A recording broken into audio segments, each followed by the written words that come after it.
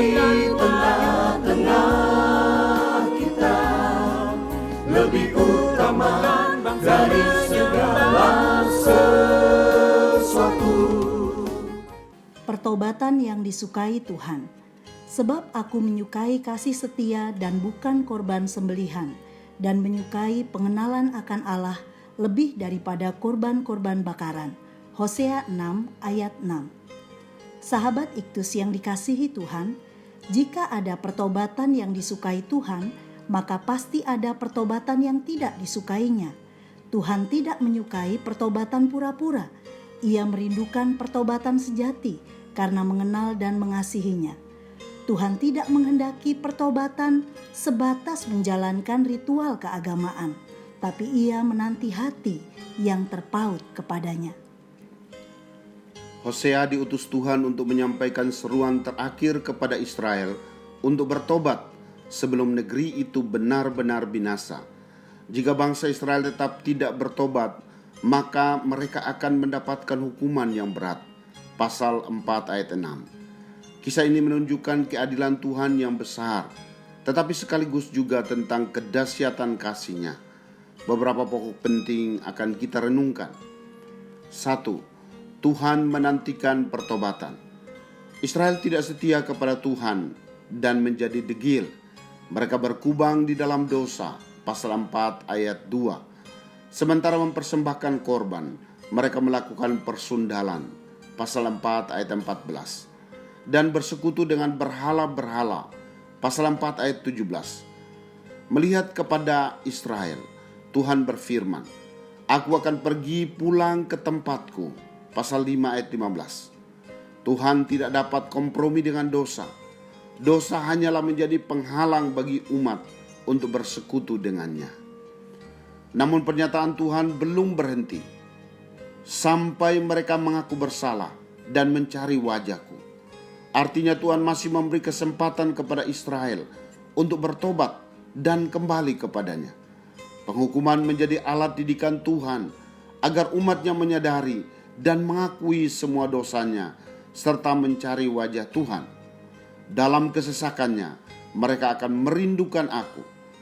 Tuhan masih menantikan pertobatan umatnya.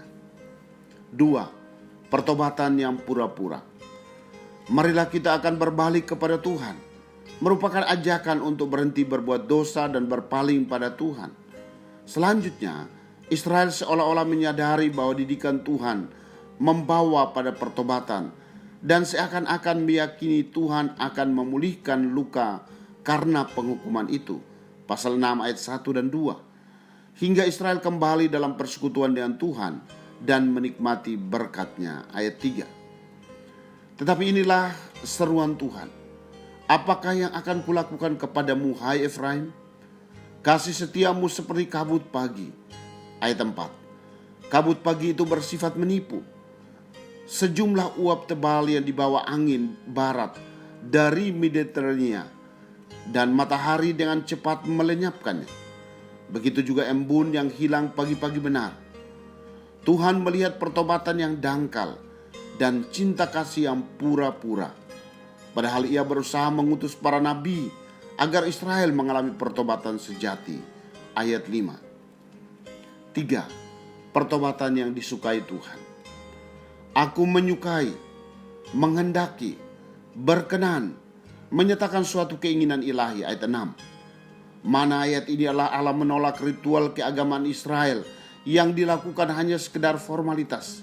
Ia menolak kemunafikan dan ibadah yang pura-pura. Dengan kata-kata, aku menyukai kasih setia dan bukan kurban sembelihan. Kasih setia adalah kata yang berbicara tentang kasih sayang dan kesetiaan berdasarkan perjanjian, tanpa pengkhianatan atau persinahan.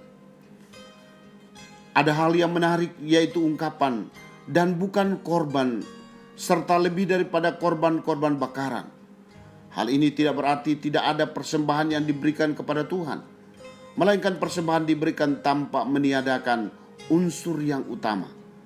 Kasih setia dan pengenalan akan Allah adalah makna sejati ibadah yang berkenan kepada Allah. Persembahan, yaitu korban, harus dibakar habis, tetapi yang menjadi penentu apakah itu berkenan kepada Tuhan atau tidak adalah kesungguhan hati untuk mengasihi dan semakin mengenalnya.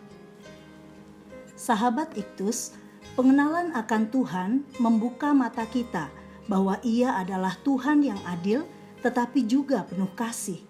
Pada saat kita menempuh jalan kita sendiri dan meninggalkannya, maka keadilan dan penghukuman Tuhan berlaku atas kita. Penghukuman ini adalah didikannya agar kita menyadari dosa kita dan mengakuinya. Penghukuman justru menjadi tanda kasih-Nya pada kita, bahwa Ia menantikan pertobatan kita. Tanpa kasih setia dan pengenalan akan Tuhan, maka segala kebaikan saya hanyalah seperti kain kotor. Ibadah saya tak berarti jika saya tidak datang kepada Tuhan dengan kerinduan untuk mengenalnya.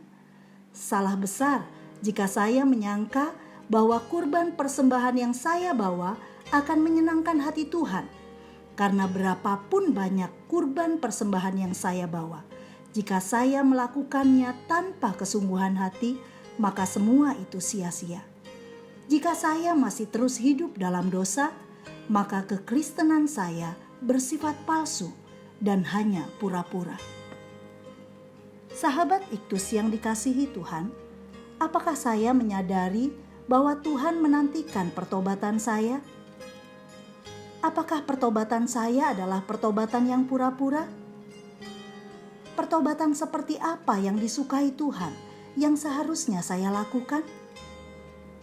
Tuhan Yesus, betapa saya bersyukur untuk didikan-Mu melalui kesesakan yang saya alami, karena saya menyadari bahwa Engkau mengizinkannya agar saya mengalami pertobatan sejati. Saya tidak mau berlaku munafik atau pura-pura, tetapi saya ingin menyenangkan hati-Mu dengan kasih yang baru dan kerinduan untuk mengenal-Mu lebih dalam lagi. Amin. Bukan pemberian kita yang diperhatikan Tuhan, melainkan kesungguhan hati untuk mengasihi Dia. Kristus ada di tengah-tengah kita, lebih utama dari segala sesuatu. Kristuslah yang harus ku beritakan hingga datang-Mu Kristus. Maranatha, Kristus datang. Maranatha, Kristus datang.